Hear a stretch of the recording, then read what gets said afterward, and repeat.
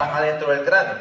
Estos son el cerebro, las meninges, el tronco encefálico y el cerebelo. Cabe indicar que el cerebro, como ustedes conocen bien, controla la mayor parte de las funciones superiores. Con esto estamos hablando de la parte motora, la parte cognitiva, la parte de la vigilia, la parte sensitiva. Estamos hablando también de la parte de los movimientos involuntarios. Todos estos aspectos que ustedes ya han visto probablemente en el curso de neurología. Tenemos luego el cerebelo, que tiene mucho que ver con la coordinación, mucho que ver con la metría.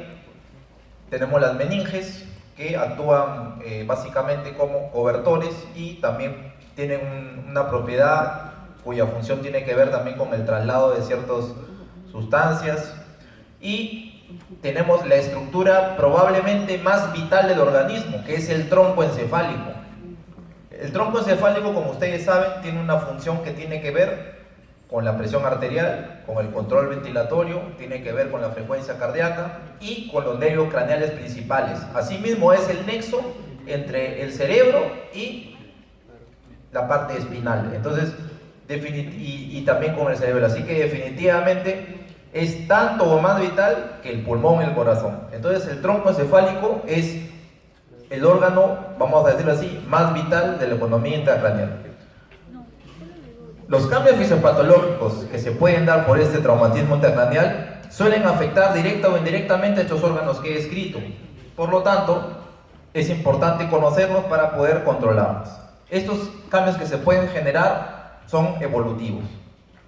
La mayor parte del traumatismo cráneoencefálico, generalmente, la mayor parte es en los varones, en adultos jóvenes y adolescentes, que es el grupo etario donde se da con mayor frecuencia. Y la causa más común, pregunta de examen, es accidente de tránsito. De lejos, los accidentes de tránsito es la primera causa. Caídas, agresiones y otros son menos frecuentes. Vamos a hablar un poco de las capas de la cabeza. Muy bien. Quiero que me sigan acá, donde está, vamos a ver con el puntero. Vamos a ver las capas uno por uno. Primero tenemos lo que es la piel, luego el tejido celular subcutáneo, luego tenemos el músculo con una fascia que lo recubre o galea aponeurótica. Debajo de esa fascia con músculo tenemos el periósteo, luego el hueso craneal, o sea el cráneo propiamente dicho. Debajo de esto tenemos un espacio virtual.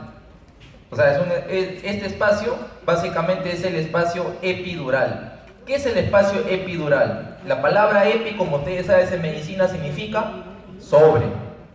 ¿Ya? Entonces, epidural, sobre la dura. ¿Qué es la dura? La dura madre, lo que está inmediatamente debajo. La dura madre es la capa más sólida, la capa más visible al ojo humano y la capa, podemos decirlo así, que sirve de mayor cobertura al tejido encefálico. Dentro de esta dura madre, que es la primera capa de las meninges, como ustedes saben bien, discurren unos lagos venosos. Muy bien. Debajo de esta dura madre, ¿no? Tenemos el espacio subdural, que está debajo de la dura madre. Ese también es un espacio virtual. Debajo de esta dura madre se encuentra la aracnoides. Muy bien. La aracnoides es un tejido por el cual discurre líquido cefalorraquídeo y este se encuentra conformando lo que se llaman cisternas. Las cisternas están constituidas entre tejidos alrededor de los vasos, alrededor de los nervios, alrededor del tronco encefálico y dentro de lo que es los surcos y cisuras. O sea, en prácticamente todo el encéfalo tenemos cisternas. ¿Y qué pasa por ahí? Dije líquido cefalorraquídeo. Esta aracnoides es la segunda capa de la meninge. Es una capa transparente, es poco visible al ojo humano. De ahí que la mayoría de las cirugías que implican debajo de la aracnoides probablemente implican una magnificación óptica.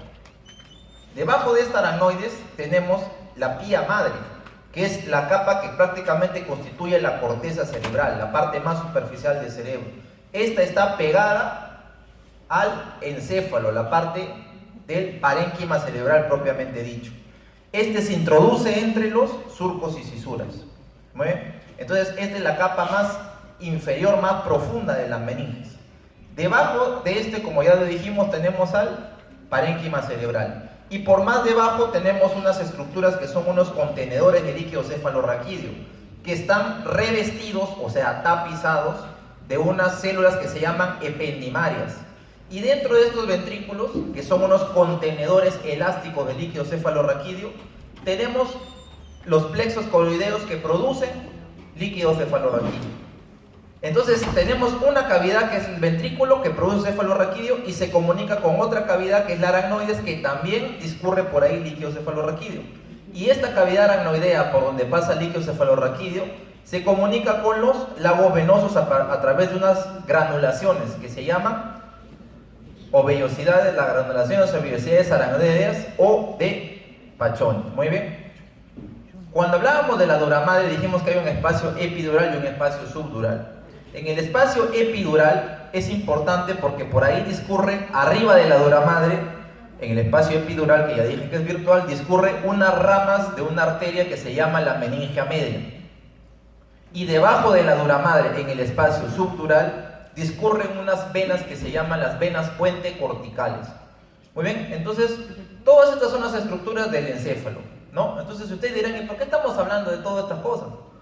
Porque estamos en neurocirugía. Entonces, si nosotros vamos a saber qué operar, ustedes tienen que saber qué se va a cortar y por qué.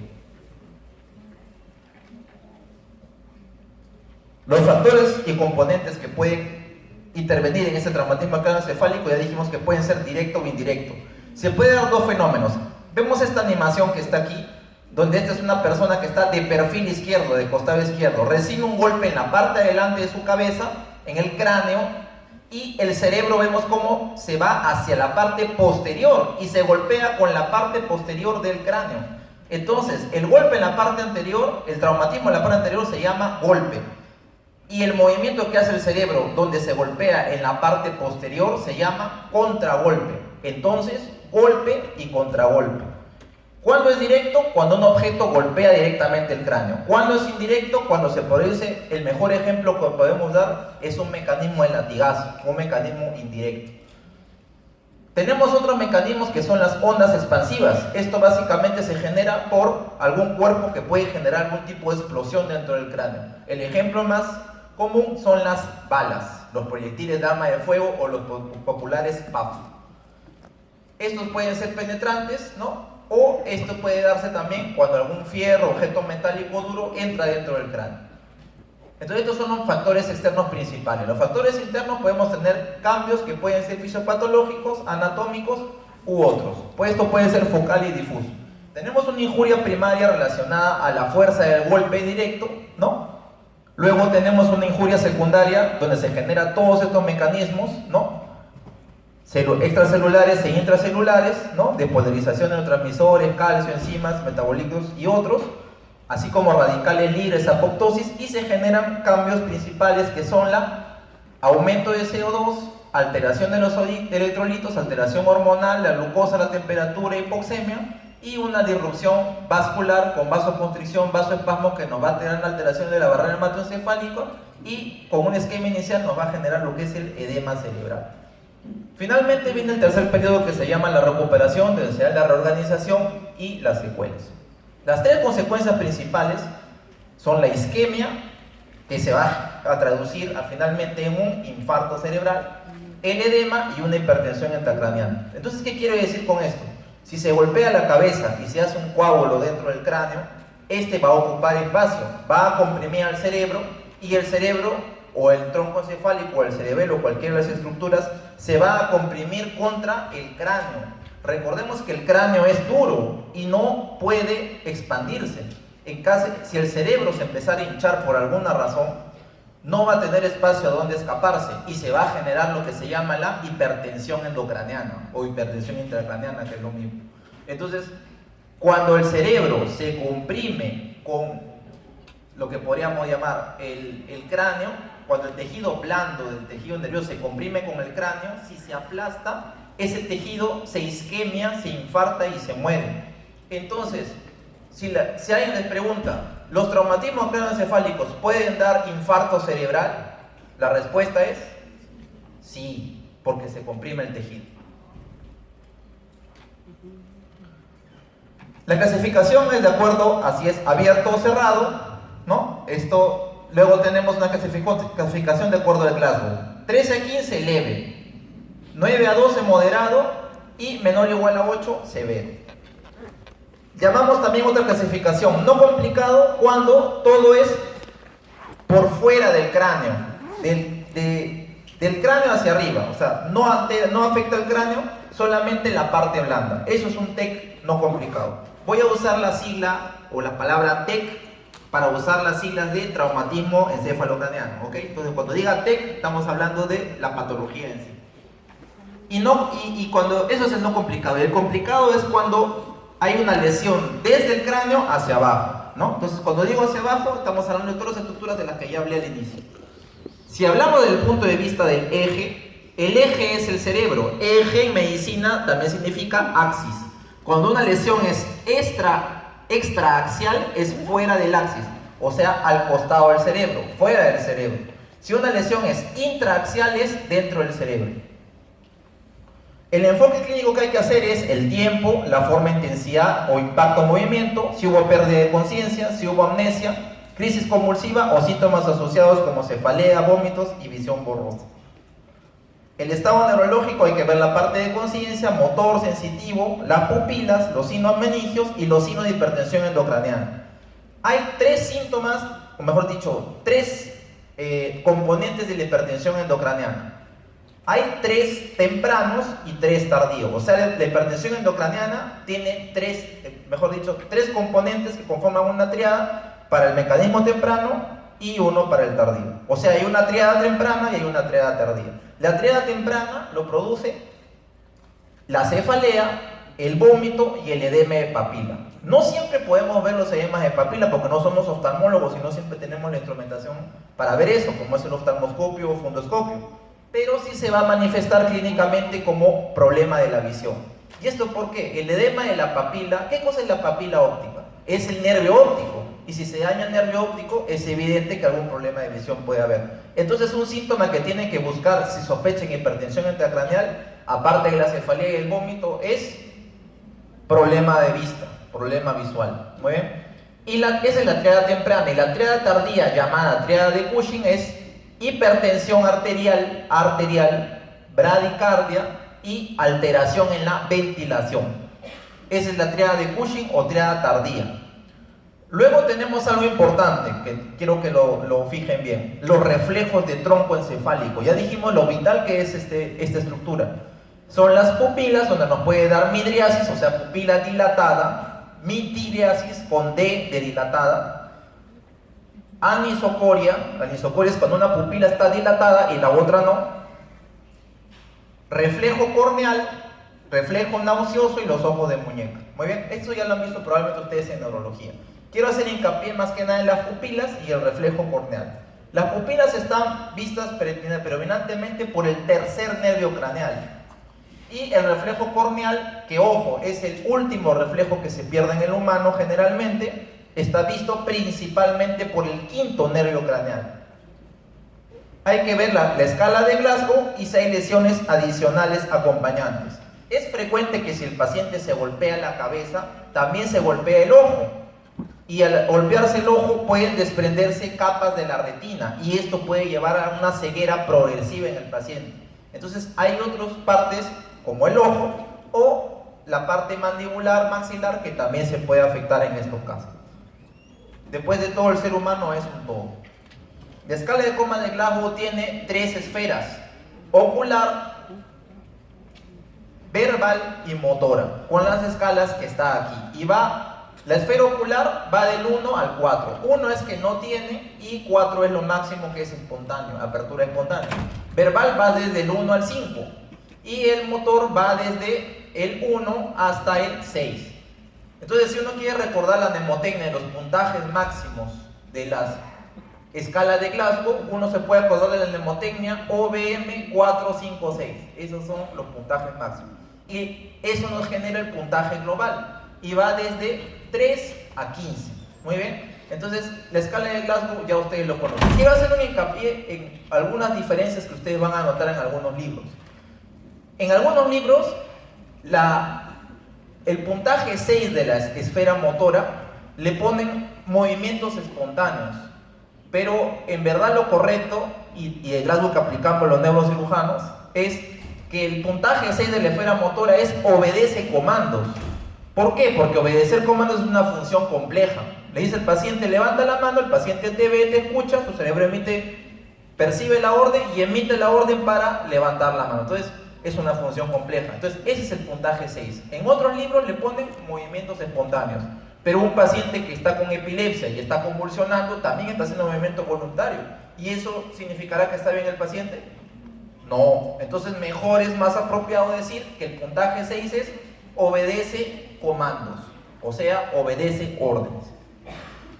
Esto lo voy a dejar acá para que ustedes lo revisen en la escala de Lango, pero es importante que lo manejen, ¿sí? Porque cuando ustedes ya van dentro de 2 años, ¿no?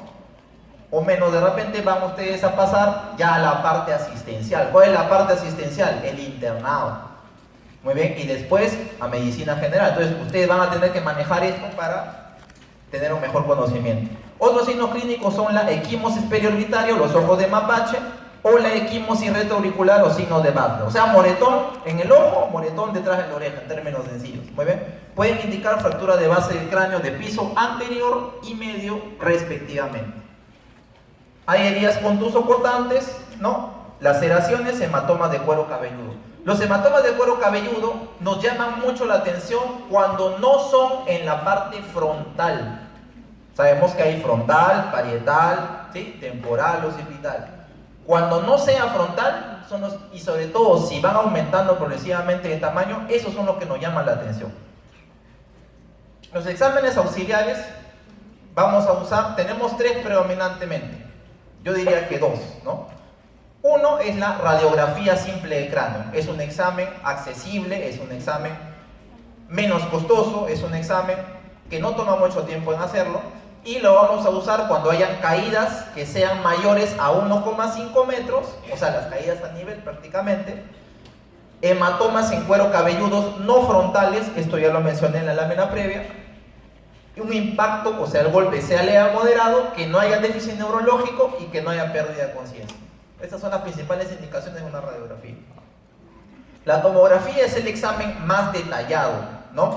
Y se pide así, tomografía TEM cerebral sin contraste con ventana ósea. ¿Y por qué hay que pedirle ventana ósea? Porque es siempre necesario ver si hay fractura. Las fracturas se ven mejor con la tomografía. Sí, la radiografía también lo puede ver, pero mejor es la tomografía, ¿de acuerdo? Ya vamos a ver las indicaciones de la tomografía, o en qué casos, mejor dicho, se sugiere que sea la tomografía. La resonancia magnética no nos es útil en las lesiones agudas generalmente. Solo hay una condición que es la lesión axonal difusa donde nos sirve. ¿Qué es la lesión axonal difusa? Ya lo vamos a ver dentro de un poco. Acá hay que ver las cisuras y las externas de Silvio, que son estas de acá, ¿no? Esta es la cisura de Silvio, ¿sí? Hay que ver las astas anteriores de los ventrículos que no estén dilatadas, las astas posteriores. Noten que las astas temporales o laterales no se ven. El ventrículo lateral tiene un asta anterior o frontal, un asta posterior occipital y un asta temporal o lateral. Generalmente no se deberían ver astas temporales. Tenemos un tercer ventrículo, tenemos un tronco encefálico que lo rodea la cisterna y tenemos un cuarto ventrículo. Hay una fosa temporal a los costados, una de cada lado, y hay una fosa posterior. La fosa posterior se considera todo lo que es infratentorial. ¿Y qué son los órganos infratentoriales? Lo que está debajo del tentorio, que vendría a ser esto de acá. Y el tentorio, básicamente debajo de este, o sea, lo que es infratentorial, nos llama la atención el tronco encefálico y el cerebelo. ¿Y por qué nos llama la atención? Porque en el tronco encefálico y el cerebelo el cráneo es más pequeño. Entonces, como es más pequeño, si hay una hinchazón, rápidamente va a deteriorarse el paciente. Otra parte del encéfalo que es importante es la parte temporal inferior, la fosa temporal. Como la fosa temporal está cerca al tronco encefálico también, la parte más basal, o sea, más inferior al temporal, y la fosa temporal también es de poco tamaño, entonces también nos alarma bastante cuando hay lesiones ahí. Entonces, eso es lo importante. Dijimos que hay un asta ventricular anterior y posteriores. Si nosotros, miren, entre las astas laterales de los ventrículos hay un tabique que se llama el tabique interventricular o septum pellucidum, septum pellucidum. En una imagen axial, si nosotros trazamos una línea media como en esta imagen, ¿sí?, y esa línea media coincide con el septum pellucidum, que es ese tabique, entonces eso es una línea media conservada. Cuando la línea media se desvía, eso nos indica si es que la desviación de línea media es más de 0,5 centímetros, medido con la escala de la tomografía, eso se llama efecto de masa. Entonces, eso es importante que lo tengan en cuenta cuando vean sus tomografías.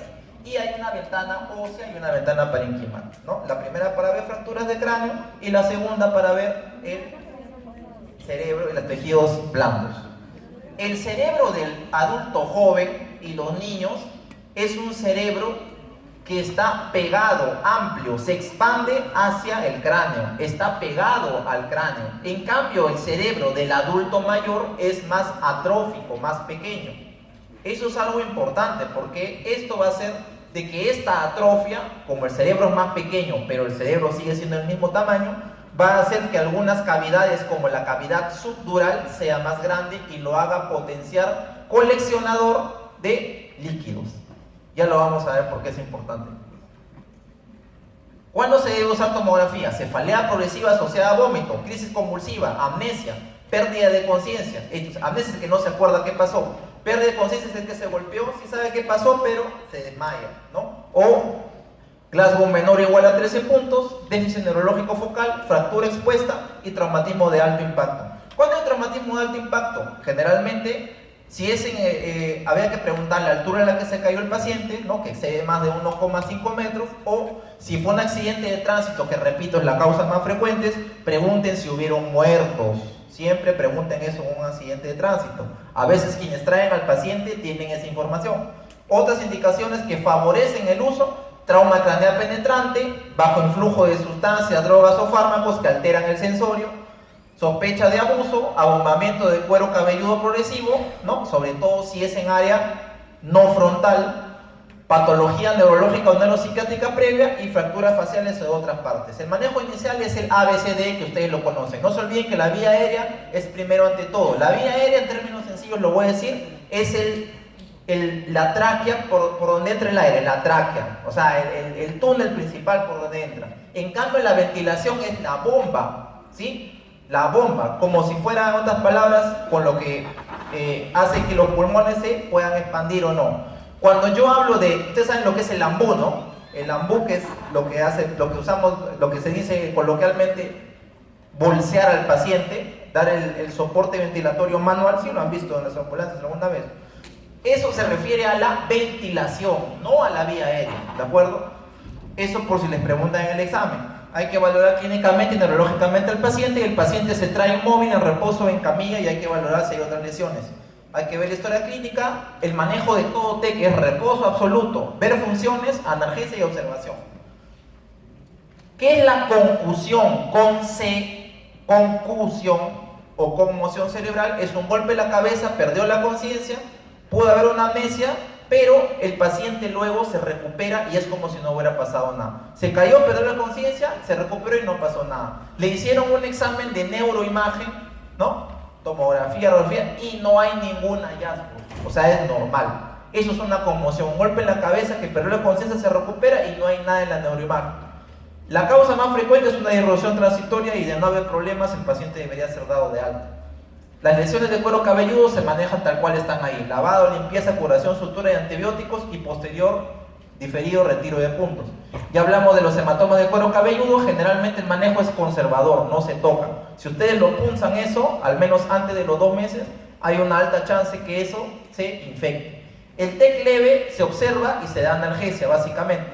Si hay grado 15 sin déficit neurológico, le pueden dar de alta. Tras un periodo de observación sin signos de alarma, y este periodo puede ser que lo observan por 1 hora, 6 horas, 8 horas, ¿no?, de acuerdo a lo que el médico considere. Pero hay que explicarle a la familia que puede haber problemas. Generalmente se explican los signos de alarma, de lo que ya vamos a hablar más adelante. Que haya ausencia de lesiones y que pueda estar vigilada en casa y no sea población vulnerable. En caso requiera, si se hospitaliza al paciente, hay que colocarlo en la vía, hay que hidratarlo, darle antiemético si es que vomita, y un inhibidor de bomba de protones, ¿no? O antihistamínico como la ranitidina. Sí, la ranitidina es un antihistamínico. El antihistamínico no todos son clorfenamina, también son de otros tipos, ¿no? Esto es para evitar la úlcera de Cushing, ¿de acuerdo? Que es una úlcera de intestino y estómago que genera hemorragia digestiva alta, ¿no? Ya el doctor Lizarazo les habló de la úlcera de Curling, ahora esta es la úlcera de Cushing. ¿Y por qué Cushing? Porque Cushing era un neurocirujano, el padre era neurocirugía. El TEC moderado, hay que hospitalizar al paciente sí o sí. Si no hay condiciones, transferencia. De repente no todos van a trabajar en un hospital nivel 3, donde haya neurocirugía, tienen que transferir al paciente. Cabecera 30-45 grados. ¿Esto para qué? Para que el retorno venoso sea mejor. Funciones vitales, oxigenación y ventilación adecuada. Hay que hidratar al paciente, no usar corticoides ni tampoco dextrosa. Repito, no se usa corticoides ni dextrosa en un TEC agudo. Nunca. Hay que responder los electrolitos y si es que corresponde, antiepilépticos. ¿Por qué es controversial el uso de antiepilépticos? Algunos dicen que si la lesión irrita el parénquima cerebral, ya saben qué es el parénquima cerebral, ya les hablé al inicio. Entonces algunos dicen que es potencialmente lesión epileptogénica y le dan antiepiléptico profiláctico. Otros dicen no, si ha convulsionado solamente ahí le daré anticonvulsivante. Entonces esa es la controversia que hay. Analgésicos, antiulcerosos, antiemético y monitoreo neurológico. Noten que hago mucho énfasis en la reposición electrolítica y en el cloruro. En el primer caso, el sodio cuando está bajo es malo para el cerebro porque da más edema cerebral. Da edema cerebral el sodio bajo. Sí, el sodio alto también es malo porque la reposición rápida destruye al tronco encefálico en su porción de protuberancia o puente de Barolio, ¿no? Y esto genera lo que se llama la mielinolisis pontina. Pero desde el punto de vista de la hipertensión intracraneal, más peligroso es el sodio bajo, porque nos da más edema cerebral. Y esto nos va a largo plazo hipertensión intracraneal. Y en el caso de la hidratación es importante porque en la presión sistólica menor a 90 milímetros de mercurio, o sea la hipotensión, es mala para el cerebro porque no le llega a él oxígeno. ¿Y saben qué también es malo para el cerebro en estos casos? Que haya fiebre. ¿Sí? ¿Y qué también es malo para el cerebro, doctores? Que haya vasodilatación. ¿Cuándo hay vasodilatación? Cuando hay un medio donde hay demasiado CO2. Entonces hay que ver la oxigenación del paciente. El CO2 vasodilata. Y un vaso dilatado, una estructura que está dilatada, es una estructura más ancha. Y una estructura más ancha ocupará más espacio. Multipliquen eso dilatado por todos los microvasos del cerebro y van a tener tremendo edema cerebral. Entonces, oxigenación, reposición electrolítica. Entre todo lo que hemos hablado. Las neuroimágenes siempre mínimo al inicio. Tiene que tener neuroimagen estos pacientes. Y hay que ver la parte de la hipertensión intracraneal. ¿Por qué dijimos que la fiebre y la glucosa alterada también? Porque si ustedes recuerdan sus clases de neurología, la penumbra isquémica que se genera en un infarto cerebral, que ya dijimos que puede haber en un TEC, infarto cerebral, están empeorados por alteración en el sodio, alteración en la glucosa, hiperglicemia y la fiebre, la hipertermia. ¿De acuerdo? Entonces eso ya lo hemos visto. Si hay deterioro neurológico hay que valorar que pase a UCI o si es quirúrgico. A veces hay que usar la osmoterapia, ¿de acuerdo? La osmoterapia nunca se usa sin evidencia. Si no tienen tomografía, no le den osmoterapia. Y osmoterapia son dos cosas, solución hipertónica o manitol. Para esto se controla con osmolaridad y control de electrolitos. ¿Cuál es mejor? Hay una discreta ventaja en la solución hipertónica, pero es controversial. Ya hablamos de antiepilépticos, si convulsiona condicional le pueden dar benzodiazepínicos y en el TEC severo el monitoreo debe ser en unidad de cuidados críticos, por ejemplo la UCI o unidad de cuidados intensivos. Tomografía cerebral al inicio y las veces necesarias. De acá básicamente es intubación, ventilación mecánica, ¿no? Y hay que aplicar, aparte de lo que estamos hablando, evitar que el paciente se hipotense, pero ya no solo vamos a usar la hidratación, sino vamos a usar vasopresores, noradrenalina, ¿no? Entre otros. Hay que ver medidas de primera línea y de segunda línea para la hipertensión intracraneal, ya lo voy a hablar. Estas medidas de primera línea y segunda línea se hacen en cuidados críticos. Si corresponde, cirugía. Ya hablamos de los vasopresores Y la hipertensión intracraneal básicamente es la presión definida más de 20 milímetros de mercurio asociada al cuadro clínico. Los picos de hipertensión intracraneal son el segundo o tercer día y el noveno decimoprimer día.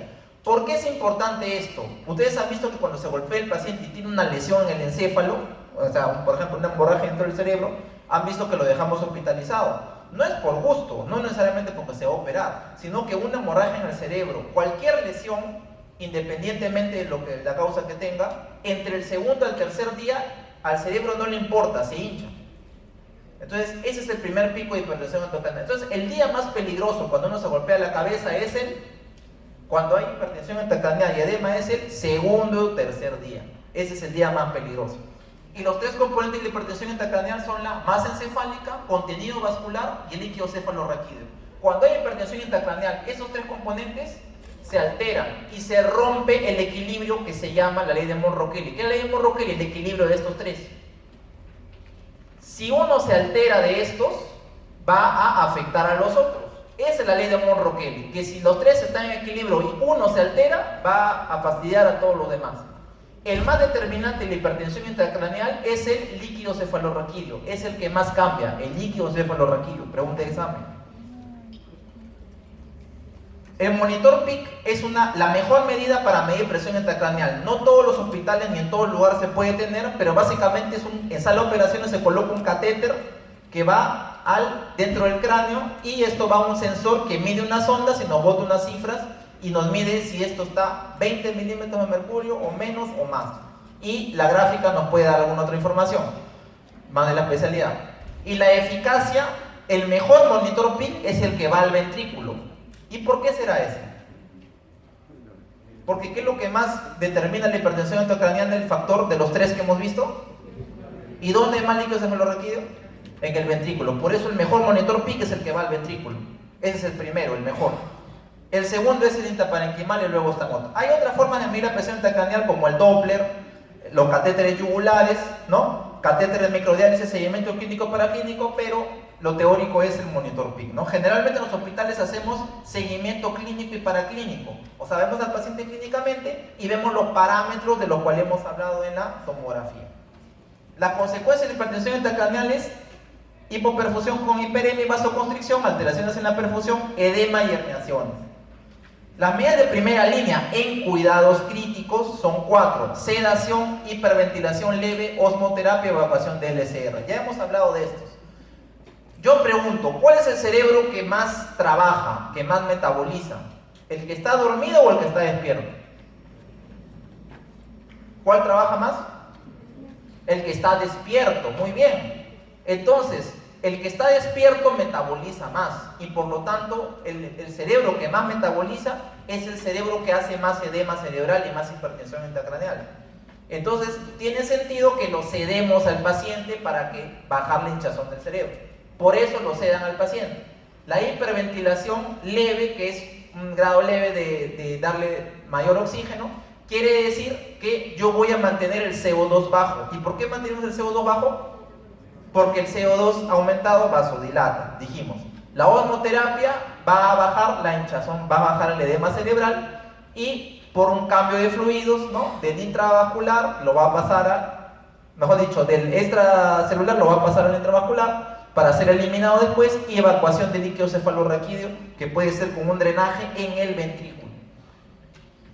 Las medidas de segunda línea o finales son la hiperventilación moderada, darle un poco más de oxígeno que la anterior, hipotermia, que dijimos de la fiebre, que aumentaba el edema cerebral y el infarto. Si le bajamos la temperatura, tiene sentido que esto va a bajar la hinchazón cerebral y menos riesgo de infarto.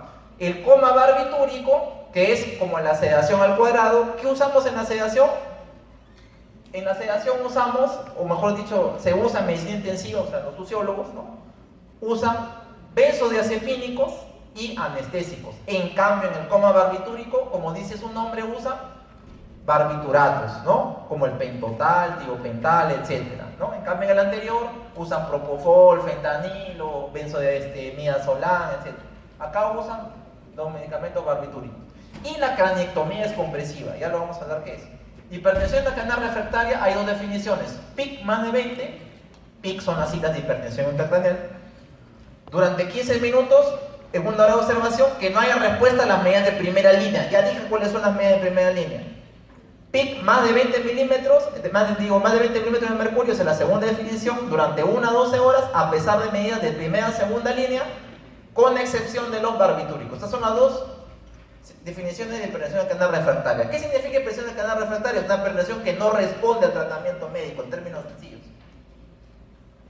No todos los TEC son quirúrgicos, no todos se operan, solo algunos TEC graves y algunas heridas penetrantes de cráneo y fracturas muy deprimidas y las lesiones intracraneales que por supuesto den mucho deterioro clínico y efecto de masa significativo, lo cual nos va a condicionar herniación cerebral. ¿Qué es una herniación cerebral? Herniación en medicina es una estructura que crece y comprime otra estructura, eso es una herniación. Hay herniaciones en el abdomen, hay herniaciones en la columna, hay herniaciones dentro del cráneo y hay herniaciones en el diafragma, entre algunos ejemplos del humano. En este caso estamos hablando de herniación, que una parte es el edema cerebral crece y comprime el tronco encefálico, eso es una herniación. Hay muchos tipos de herniaciones. Las fracturas craneales lineales, ahora vamos a ver las patologías dentro del TEC. Las fracturas lineales, ¿no?, generalmente no son quirúrgicas. Muy bien, acá tenemos una fractura lineal. ¿Lo ven? Esto es una tomografía axial, ¿no? Es una incidencia axial. Le vemos acá una fractura. Noten cómo en la ventana ósea sí se ve la fractura, en cambio en la ventana parenquimal no se ve la fractura. Por eso es que pedimos las dos ventanas. Las fracturas deprimidas, esto se da cuando la fractura generalmente se hunde en una altura que es mayor al espesor del hueso craneal, se llaman fracturas deprimidas. ¿Qué se hace acá? Antibióticos y limpieza. Se puede hacer cirugía de levantamiento y limpieza quirúrgica con remoción de quilas y fragmentos de manera electiva y no urgente, pero sí probablemente van a sanar. Miren cómo acá el espesor del hueso va de aquí a aquí y miren cómo se ha deprimido hasta acá la fractura. En la ventana parenquimal vemos que comprima el parénquima cerebral. Entonces, fractura deprimida. La anterior era fractura lineal. Esta es fractura deprimida. O también se llama fractura hundida. Miren, acá está. Esta es una reconstrucción tercera dimensión de una tomografía. ¿Sí?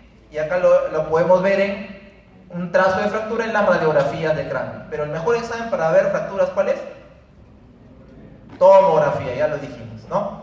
Pueden haber fracturas de base de cráneo que felizmente la mayoría no son quirúrgicas. Muy bien, en la parte más inferior.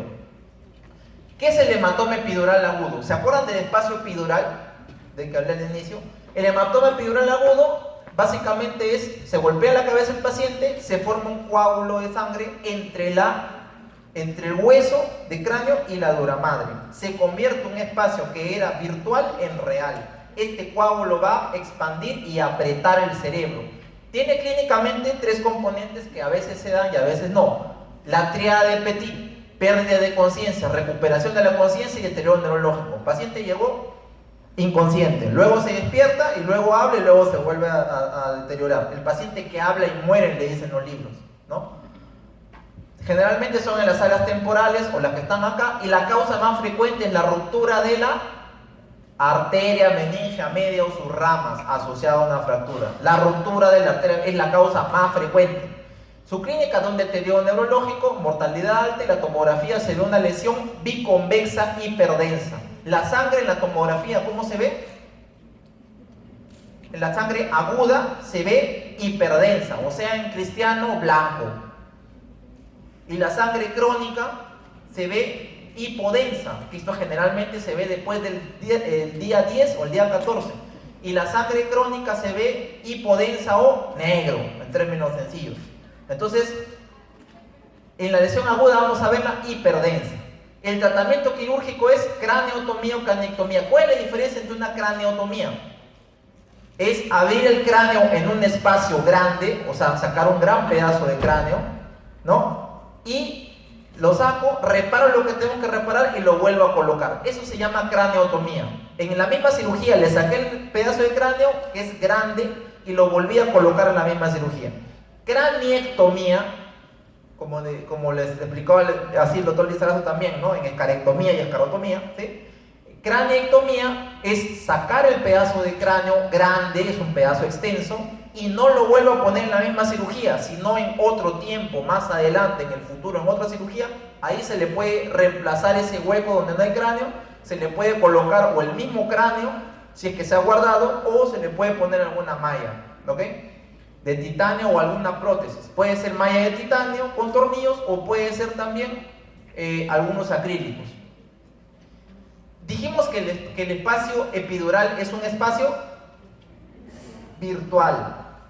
Como el coágulo diseca, abre, separa la dura madre del hueso, entonces vamos a usar una sutura donde vamos a anclar, volver a pegar, o sea, sutura quiere decir que en términos sencillos lo voy a decir, lo vamos a coser la dura madre al hueso, entonces eso se llaman los puntos de Dandy.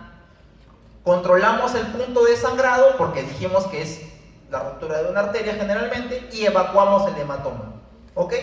Ese es el término sencillo. Miren, así se ve el hematoma epidural, ¿lo ven? Biconvexo, hiperdenso, esto es agudo. ¿Dónde está el septum pelúcido? Acá está. ¿Y la línea media cae en el septum pelúcido?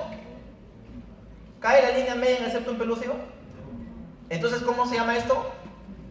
Desviación de línea media o efecto de masa. Entonces, hematoma epidural que hace efecto de masa. Y miren cómo hace un edema cerebral. Lo vemos el edema cerebral porque comprime indirectamente y borra los surcos y fisuras. Entonces, hematoma epidural. Y esto, la compresión de una lesión, sea cualquiera, el ejemplo más característico es el hematoma epidural, desplaza a la parte del temporal, por poner un ejemplo, y la parte más basal del temporal y más medial se llama uncus. Y ese uncus está cerca del tronco encefálico. Y del tronco encefálico, ¿qué salen? Los nervios craneales, entre ellos el 3. Comprime el tercer nervio craneal que ve las pupilas y nos dará midriasis. Herniación uncal. ¿Qué es la herniación uncal? Doctores, la sangre aguda, ¿no? La sangre aguda es sólida, es consistente. En cambio, la sangre crónica es fluida, más líquida. ¿De acuerdo? Eso es una diferencia que tienen que recordar. Y el cerebro, ustedes han visto el cerebro acá en anfiteatro probablemente cuando llevan neurociencias. No sé cómo está actualmente. Yo, así como ustedes, yo soy estudiante, he sido estudiante de la San Martín, al igual que ustedes. Alguna vez estuve sentado ahí, como ustedes. Y en ese tiempo veíamos neurociencias y el cerebro, si ustedes lo han visto alguna vez en el muerto, eso es un cerebro que tiene sustancias de preservación. Y lo han visto, es gomoso, es duro. Pero ese es en el paciente muerto, ese es en un paciente que ha fallecido, un cerebro muerto. El cerebro en el vivo no es así. El cerebro en el vivo es como la pasta de dientes, así de blando es. Es como decir la pasta de dientes. Si la pasta de dientes, ustedes la tienen dentro de un tubo donde viene esa pasta dental, y ustedes aprietan el tubo y se sale la pasta de dientes, yo pregunto, ¿es fácil meter la pasta de dientes de nuevo al tubo? No. Entonces, cuando el cerebro hace un edema cerebral y se hincha, se sale así como esa pasta de dientes, así de rápido, así de expansivo, y como hay cráneo que no lo deja escapar, así de dañino para el cerebro, a lo cual este edema cerebral puede generar un infarto cerebral y lesión definitiva o a veces la muerte del paciente. Vamos a darle la cirugía, ¿sí? Vamos a hacer la incisión de piel, vamos a ver el plano musculocutáneo, ¿se acuerdan del tejido celular subcutáneo? Todo eso lo vamos a ver, vamos a llegar ¿a qué? Al hueso craneal. Vamos a usar el trépano. ¿Qué es el trépano? El trépano es un instrumento como un taladro para hacer un agujero. Entonces, trepanación es hacer un agujero en el cráneo, ¿de acuerdo? Desde ese agujero yo puedo hacer la craneotomía. ¿Qué craneotomía? Sacar un pedazo de hueco de cráneo y volverlo a poner en la misma cirugía. En cambio, craneectomía dijimos, le sacamos el cráneo, pero ya no lo volvemos a poner. Bueno, entonces dijimos, abrimos la piel, el plano musculocutáneo, hacemos la trepanación en el hueso y vamos a hacer la craneotomía, ¿sí? Vamos a cortar todo el segmento que queremos abrir. Todo esto lo vamos a abrir. Esto es el hueso de craneal, miren, hemos sacado todo el hueso. ¿Y qué estaba debajo del hueso, dijimos? La dura madre, ¿sí? Entonces, si el hematoma es epidural, ¿el coágulo está debajo o arriba de la dura madre? Arriba, ¿por qué? Porque es epidural. Entonces, apenas yo destapo el cráneo, encuentro el hematoma epidural, ahí está. ¿De acuerdo? Vamos a coagular el punto de sangrado con ese instrumento que se llama bipolar, que es para coagular, son como unas pinzas, 2 dedos que se juntan y coagulan. Vamos a aspirar, vamos a lavar y vamos a poner un hilo y vamos a suturar la dura madre. Como el hematoma lo disecó, o sea, lo empujó hacia abajo a la dura madre el hematoma, ¿sí? Lo separó del cráneo, entonces vamos a volverlo a pegar. Puntos de Dandy, lo suturamos. Luego cerramos el cráneo y cerramos los puntos de piel. Esa es la cirugía del hematoma epidural. El hematoma subdural agudo es extraaxial, está entre la dura madre y corteza, alta mortalidad. La causa más frecuente es la ruptura de la vena puente cortical. Dijimos que eso está en el espacio subdural. La clínica es un deterioro neurológico y se asocia a traumatismo de alto impacto. Generalmente es en adultos jóvenes. Tiene una forma bicóncava, generalmente es bicóncava, y tiene forma de semiluna. S de semiluna con S de subdural. Hasta el tercer día se ve hiperdenso. Hasta la segunda semana isodenso. Y después de la segunda semana ya cambia, es hipodenso. Pero agudo se llama cuando es hasta el tercer día generalmente. El tratamiento es una craneotomía o craneectomía descompresiva. ¿Y esto por qué? Porque ya está debajo de la dura madre y va a dar más edema cerebral. Se asocia ya más directamente al cerebro y da más edema. Entonces por eso a veces hay que hacerle, mira, acá está la evolución del hematoma subdural agudo, ¿no? El subagudo y el crónico, que ya es oscuro. ¿Muy bien? Vamos a hacer una incisión de piel, abrimos músculo cutáneo, abrimos el hueso hasta vencer el hueso craneal, hacemos la trepanación y la craneotomía, vamos a levantar el hueso y nos encontramos con la dura madre. Entonces vamos a abrir la dura madre, ¿sí? Y luego debajo de la dura madre que es